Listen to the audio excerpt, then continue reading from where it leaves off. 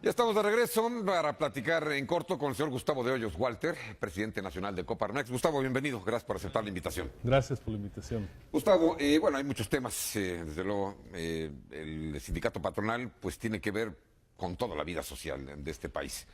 El tema localmente de la elección para gobernador es para un periodo de 2 años, para un periodo de 5. Interviene el Tribunal Electoral después de que esto se había discutido hace 5 años.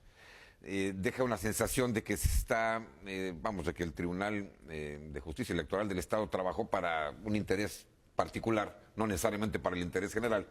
Y tú hiciste declaraciones recientemente. ¿Quieres repetirlas, por favor? Claro que sí, Fernando. Mira, en Coparmex pensamos que la estabilidad de los procesos electorales es una de las garantías fundamentales de la democracia. Esa discusión de tener un gobernador de 2 o de 5 años, en el 2014 se exploró con gran detalle las conveniencias políticas, las conveniencias económicas, qué le convenía más o qué no le convenía al Estado. Y hubo un gran consenso que le convenía al Estado, no obstante este periodo corto del gobernador que se elegirá en el 2019, para lograr que en lo sucesivo aprovecháramos por un lado el empatar las elecciones para que sean en año que haya también elección federal, pero que no estuviera acompañando a la elección del presidente de la República. Gracias. En los estados donde está empatada la elección de gobernador con la elección de presidente, pasa con gran frecuencia que no necesariamente ganan los mejores o pierden los peores. Lo que ocurre es que usualmente el partido del presidente ganador, el candidato ganador de la elección presidencial, arrastra en buena medida y solamente 2 o 3 se salvan de esta ola. Entonces, si lo que nos interesa en Baja California es tener buenos gobernantes, creo que lo obvio es que le conviene al Estado tener una elección que no esté asociada a la elección presidencial. Además, hay un tema de certidumbre. Ya el proceso electoral inició. Prácticamente la definición de las candidaturas ya de manera formal es del día 20, el día 27 me parece, y el hecho de que con unas cuantas semanas de anticipación se varíen las reglas del juego, pues implica claramente un desequilibrio. Los partidos, creo que con anticipación valoran las circunstancias del Estado, qué perdían y qué ganaban postulando a tal o cual perfil, y el hecho de que se dé esta variación, pues evidentemente no genera certidumbre para los partidos, de luego, que son los competidores directos, y para los ciudadanos que tenemos que llevar a cabo la elección. Así es que nuestra posición es clara. Se debe respetar la Constitución como está redactada. No se vale que un tribunal local torture el texto de la Constitución, haga análisis muy subjetivos a la mitad de un proceso y cambie las reglas Sí. a la mitad de un proceso. En este momento pues hay 2 amenazas a la legalidad. La primera de ellas es que pueda prosperar esta intentona de algunos diputados, parecería sirviendo a algún interés en específico, y mover las reglas vía una reforma constitucional. Es una acechanza que está ahí, creo que es del dominio público, que se ha tratado una y otra vez y hasta ahora no se ha podido concretar, pero bueno, podría darse de aquí al día 20, ojalá que esto no ocurra. Y Esta última señalamiento pareció molestarle al diputado Carlos Torres. Pues porque ha sido uno de los promotores de que se dé esta modificación. Nosotros lo señalamos a pregunta expresa porque es algo del dominio público. Prácticamente no solamente los diputados, sino las personas que tienen algún nivel mínimo de información saben claramente que fue quien estuvo hablando con muchos de sus colegas tratando de convencerlos de esta postura. La otra gran amenaza, Fernando, que tenemos en este sentido es el hecho de que el Tribunal Electoral del Poder Judicial de la Federación tome una decisión que no implique revertir esta decisión errática que tomó el Tribunal Local.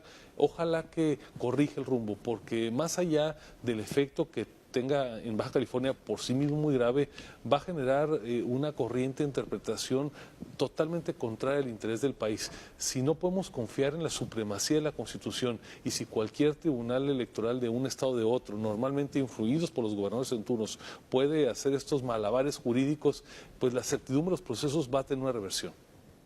Rocío. Gustavo, llama la atención su presencia en la región. Usted ha tenido una presencia muy importante a nivel nacional y bueno, mi pregunta es en ese sentido, tiene que ver, o sea, porque dicen que en política no hay coincidencias y usted de pronto esta semana está aquí en Tijuana, hace incluso junto con otros importantes dirigentes de la IP una especie de advertencia, lo entrecomillo, a los diputados que quieren ir en ese sentido del mandato de 2 años. Y también, sin pecar de ser superficial, ¿no sería esta situación de los 2 años como una bandera importante política, en este caso del Partido Acción Nacional, en la perspectiva de perder la elección? Bueno, a ver, Durante los 3 años que tengo al frente de la Coparmex, siempre he privilegiado que los actores locales lleven la gestión de los temas cotidianos. El presidente nacional solamente participa en temas locales de una entidad a petición de los presidentes, y así cuando ha habido, por ejemplo, problemas gravísimos de seguridad en Tamaulipas, pues ahí hemos estado, ¿verdad? O cuando hay un problema de desequilibrio laboral, como pasó en Matamoros, pues ahí estuvimos. Lo que está ocurriendo en Baja California no es un tema menor, y definitivamente por su gravedad, por sus implicaciones, es que los presidentes de los centros empresariales de Mexicali, Tijuana y Ensenada estimaron que el asunto era de una relevancia tal que, más allá de mi carácter local, como presidente nacional, tendría que venir a apoyar esta gestión. Entonces, lo digo con toda claridad, el posicionamiento que se hizo no es personal. Hubo simultáneamente 3 ruedas de prensa por los 3 consejos directivos de la Coparmex, y yo estuve participando en uno de ellos porque no tengo el don de la oblicuidad, ¿verdad? Entonces, estuve en el caso de Tijuana. Es una posición 100% institucional. Ahora, nosotros no tenemos ni filias ni fobias para ver si un tema le ayuda o bien le perjudica a determinado candidato, aspirante o partido. Lo que nos interesa es la solidez institucional, y lo que tenemos hoy por hoy es que la Constitución fue modificada en el 2014 después de un amplio debate en frío, sin que a nadie le conviniera o le afectara, y ahora estas modificaciones que se están impulsando de manera furtiva, pues parecería que sí tienen dedicatoria. Entonces, eso es lo que nos mueve. No es un asunto de gobierno, es un asunto de Estado, y recordemos que cuando es un asunto de diseño de la democracia, no es un tema nada más de partidos, no es un tema nada más de gobernantes, es un tema de todos los ciudadanos. Aquí, bueno, yo veo como 2 aspectos. Uno, ¿qué hará la Coparmex para poder enfrentar legalmente esto y evitar, o de alguna forma, pues sí, o sea, evitar malas interpretaciones? Eso por una parte. Y otra, si habrá como un exhorto o a lo mejor un esfuerzo adicional, porque lo que yo, a título personal, yo detecto mucho en las constituciones, tanto la federal como la de la Ciudad de México y la de Baja California, es que quienes diseñan y redactan las leyes son muy malos para redactar. Y no sé si ese, vamos a llamarlo así, analfabetismo legal sea a priori o vaya a modo para poder precisamente en ese tipo de controversias salir por la tangente, o si realmente es ignorancia. O sea, realmente, y creo que las dos tienen una peligrosidad diferente. O sea, ninguna es buena, ¿no? Entonces, no sé si habrá un esfuerzo precisamente, por una parte, para poder jurídicamente defender esto y que no se esté reinterpretando. Algo que tuvieron muchísimos meses para poder definir, y que mire que yo le preguntaba a los diputados y todos me decían, es que esto está en el PAN, es que esto todavía no lo definen, y de pronto pues siento que hasta la resolución a destiempo pudiera jugar en contra de alguna impugnación. Eso también es un riesgo, ¿no?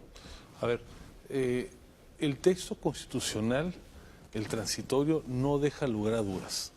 Vamos, la ley 1 de derecha a izquierda, izquierda a derecho, de cabeza, dice que el gobernador electo en 2019 va a durar 2 años en su encargo. A ver, no hay manera de leerlo de otra manera por alguien que tenga la vista tan mala como la mía, va a leer que es de 2 años. Eso no hay duda alguna. Ahora bien, siempre, digamos, hay los abogados que tratan de tomar alguna referencia, tratan de encontrar algún argumento metaconstitucional, hacer alguna inversión, un trapecismo jurídico, decimos de repente, para encontrar alguna interpretación distinta. Una maroma, como maroma, ¿verdad? A ver, Están de moda. una chicana, dicen algunos, ¿no? A ver, la realidad es que cualquiera que sea el caso, un análisis somero, sin ser un experto en derecho, queda claro que aquí se está torturando la Constitución. No en vano es la resolución más impugnada de la historia, de toda la historia del Tribunal Local Electoral.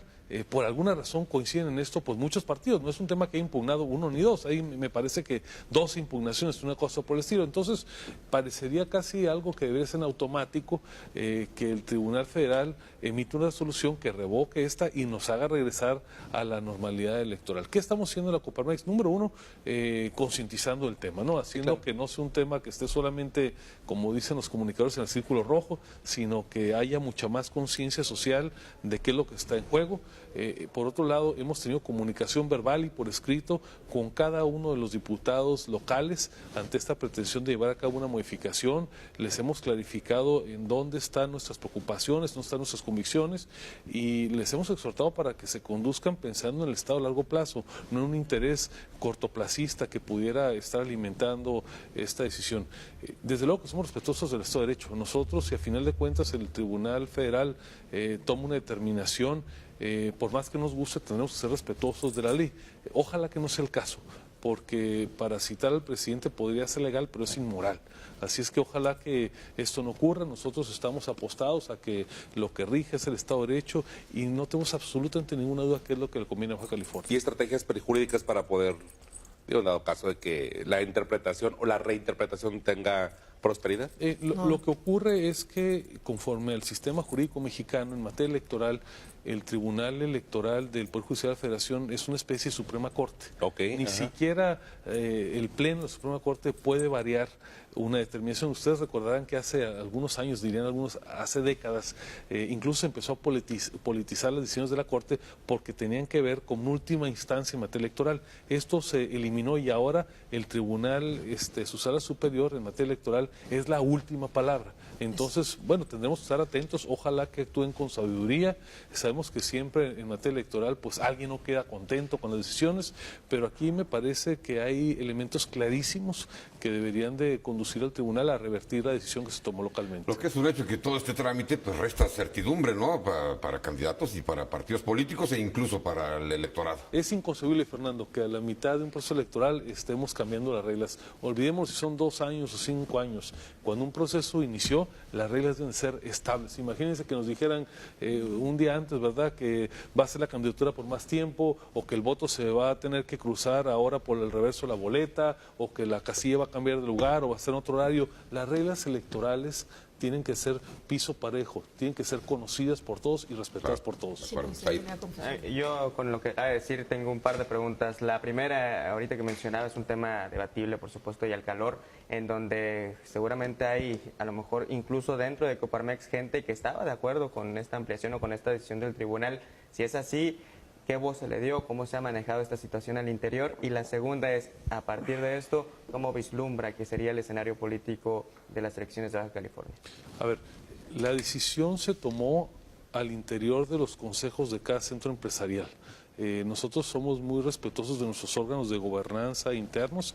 No podría asegurar categóricamente que no haya un solo dentro de miles de socios que pueda pensar diferente. Somos una institución que privilegia la libertad y tenemos órganos de gobernanza. Entonces, las posiciones que se fijaron al respecto al principio de esta semana son posiciones institucionales. No es una posición del presidente de Mexicali, de Tijuana Ensenada, el presidente de la Federación o el presidente nacional, sino que tiene el respaldo de esta determinación a nivel institucional.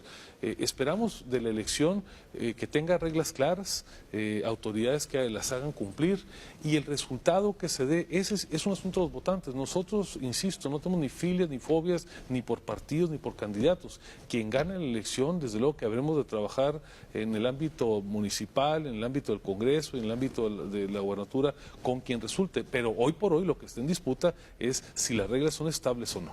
Gustavo, se cumplen 100 años del actual gobierno federal. Hay Sí, quien... sí, No, 100 días, no le hagas. No le hagas. Oye, dice el clásico que no Ha hay sido mal largo, que dure ha sido 100 largo. años. Sí, pero no hay no mal tanto, que no dure tanto. 100 años ni bueno que lo soporte. Exacto. Caramba. Bueno, tampoco es para tanto. 100 días. Se ha hecho sí. tan largo, sí. Bueno, hay momentos. ¿Cómo lo ves? ¿Se te ha hecho largo? Igual que a los demás. A ver, creo que un juicio equilibrado tiene que partir de un reconocimiento que no es, digamos, un tema binario, todo bueno o todo malo. Yo creo que el presidente López Obrador y su gobierno en estos primeros 100 días han tenido aciertos innegables. En el caso de la Coparmex los hemos identificado, ¿Podrías enumerar acompañado, algunos claro que sí, rápidamente? y reconocido. A ver, déjame manejarlo en 2 niveles. Primero, tema de Estado de Derecho. Nosotros propusimos desde hace 3 años la conformación de la Secretaría de Seguridad Pública. Durante el sexenio anterior no les gustó nada la propuesta, obviamente no la atendieron, y el presidente López Obrador se comprometió con la Coparmex y en otros escenarios de verlo adelante. adelante, e incluso antes de llegar el 1 de diciembre ya había pedido a su grupo parlamentario que impulsara la medida, y hoy tenemos una Secretaría de Seguridad Pública. No cambia todo en la seguridad, pero es un paso absolutamente necesario y nosotros lo reconocemos y lo aquilatamos. Segundo, la conformación de la Guardia Nacional. Desde el primer día, el primer momento en que se hizo pública esta propuesta, que conocíamos por el diálogo que hemos tenido durante toda la transición, fuimos de las pocas instituciones que apoyamos. No es una medida perfecta, no fue popular, implica un gran valor político el presidente de andar sobre sus pasos, que por 12 o 15 años había dicho que iba a retirar al ejército y a los marinos de las calles. Me parece que hay que reconocer el valor que tuvo para enfrentar esta medida.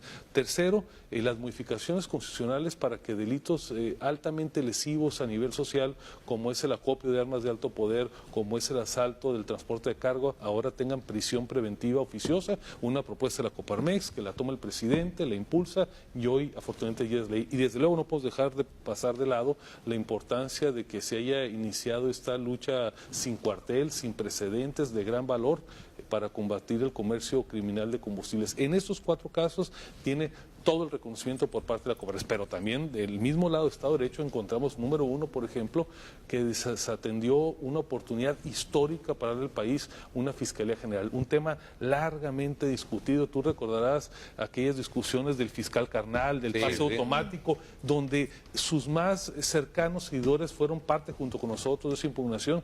El presidente llegó al poder y conformó una legislación en la cual tenemos un fiscal totalmente dependiente del Ejecutivo, yo digo un fiscal carnal 2.0. Segundo, por ejemplo, ese anuncio del mismo día de su toma de protesta de una especie de indulgencia plenaria, dirían los clérigos, ¿verdad? Un punto final no declarado en la ley, pero sí dado por el presidente a los delitos del pasado. Desde luego que eso es una aberración. Tercero, las postulaciones mismas, tanto al fiscal general como a los fiscales especiales, como las 2 ternas de la Suprema Corte de Justicia, pues evidentemente no se está privilegiando, digamos, la formación, la trayectoria, sino la cercanía ideológica y a veces hasta afectiva con el presidente. Entonces, creo que un balance en esto y en materia económica, no se diga, pues tiene que reconocer que hay cosas buenas, otras que definitivamente son un gran error. ¿La economía marcha bien? Mira, déjame tratar de hacer un balance equilibrado. Primero, el mundo está atravesando un año difícil. No podemos hacer una evaluación que no parta de esta premisa. Todas las instituciones financieras, los países están reconociendo que hay una desaceleración y probablemente incluso una recesión. Entonces, como nunca, el gobierno tiene que estar atento, número 1, a preservar la estabilidad macroeconómica y 2, lanzar señales de aliento a la inversión. Cuando hay poca inversión, hay que pelear más fuerte por ella. En ese sentido, el presidente ha cometido grandes errores en al menos esos primeros 100 días, empezando con la cancelación de las obras del aeropuerto de la Ciudad de México. Es un gran error, primero, porque es la obra de infraestructura más importante en proceso, que llevaba varios cientos de millones de dólares invertidos. En segundo lugar, porque se tuvo que pagar este capricho por cerca de 11,000 millones de dólares para rescatar a los tenedores de los bonos con un premio adicional. Tercero, porque se va a tener que gastar en remediar lo que se ha construido. Y cuarto, porque se pretende iniciar una obra en un lugar donde no tiene futuro un aeropuerto. Entonces, este es un error cuádruple, pero más allá de esto, generó que se prendieran muchos focos amarillos y muchos focos rojos sobre la certidumbre que puedes tener en el país en los proyectos de mediano y largo plazo. Segundo, estos embates contra la reforma energética, una posición totalmente ideológica, desconectada con la realidad, ponerse a invertir ahora en refinerías, simplemente el gasto para nivelar el terreno que casualmente se eligió en Tabasco es de cerca de 19,000 millones de dólares. O sea, hay cuestiones que son decisiones absolutamente erráticas y más recientemente estas campañas en contra de las empresas calificadoras. Haz de cuenta que nos estamos peleando en un partido de fútbol contra los 3 árbitros al mismo tiempo porque nos gusta una determinación. A ver, las calificadoras no hacen pronóstico, las calificadoras dicen si hay riesgo o no hay riesgo de que un gobierno o una empresa, un país no puedan realizar el pago. Entonces, estas medidas le han costado mucho al país. Si con estos errores perdemos el grado de inversión o se deteriora más la calificación, primero va a ocurrir que va a aumentar el costo del financiamiento para el gobierno. En segundo lugar, desde luego para las empresas, y al final los que van a pagar el pato son los consumidores. Va a costar más caro comprar un refrigerador a crédito, hacerse un automóvil o adquirir una casa. Entonces, aquí nos parece que hay graves errores por parte del presidente. Ahora, También hay algunos aciertos, hay que reconocer en materia económica. El presidente ofreció no aumentar los impuestos y ha cumplido. Desde luego que ahí pongo un paréntesis entre corchetes, la eliminación de la compensación universal está pegando mucho al flujo de las empresas. Hay que reconocerle al presidente que ha sido muy consistente en apoyar la negociación, el cierre, digamos, de la ratificación del Tratado de Libre Comercio. Hoy justo el embajador Seade está en Estados Unidos hablando con los demócratas, hablando con los líderes de los sindicatos más importantes, y esto de que se haya formado para apoyar una negociación que hizo otro gobierno es una señal de gran valía, desde luego, también para el país. Y como eso podemos hacer una lista, Fernando, de varios temas. Si es que una evaluación tiene que reconocer lo bueno y lo malo, y sobre todo entender que es menos del 4,5% del periodo del presidente. Correcto. Nos quedan 3 minutos, por favor, alguna. Bueno, breve. hoy a propósito de esto, se dio a conocer, bueno, usted dio a conocer un video acerca de un tema también muy polémico, la revocación del mandato. Claro. La ciudadanía siempre ha querido tener la oportunidad de decir si alguien va bien o va mal, porque hay tanto miedo y tanto temor con una situación así. Es más ideológico y político que esta verdadera consulta a la ciudadanía si un gobernante lo está haciendo bien o mal. A ver, el video dura más de 3 minutos, si es que voy a tener que cortar mi propio video para responder. Sí, ya lo vimos, dura más de 3 minutos. A ver, nosotros estamos a favor en la Coparmex de los vehículos de democracia participativa. Sin embargo, no todo se debe preguntar. Si nos preguntan los empresarios si queremos pagar impuestos, vamos a decir, no queremos pagar impuestos. Y evidentemente eso nunca se debe consultar. O si nos preguntan a los conductores, ¿quieren que desaparezcan las multas? Vamos a decir, claro, queremos que desaparezcan las multas.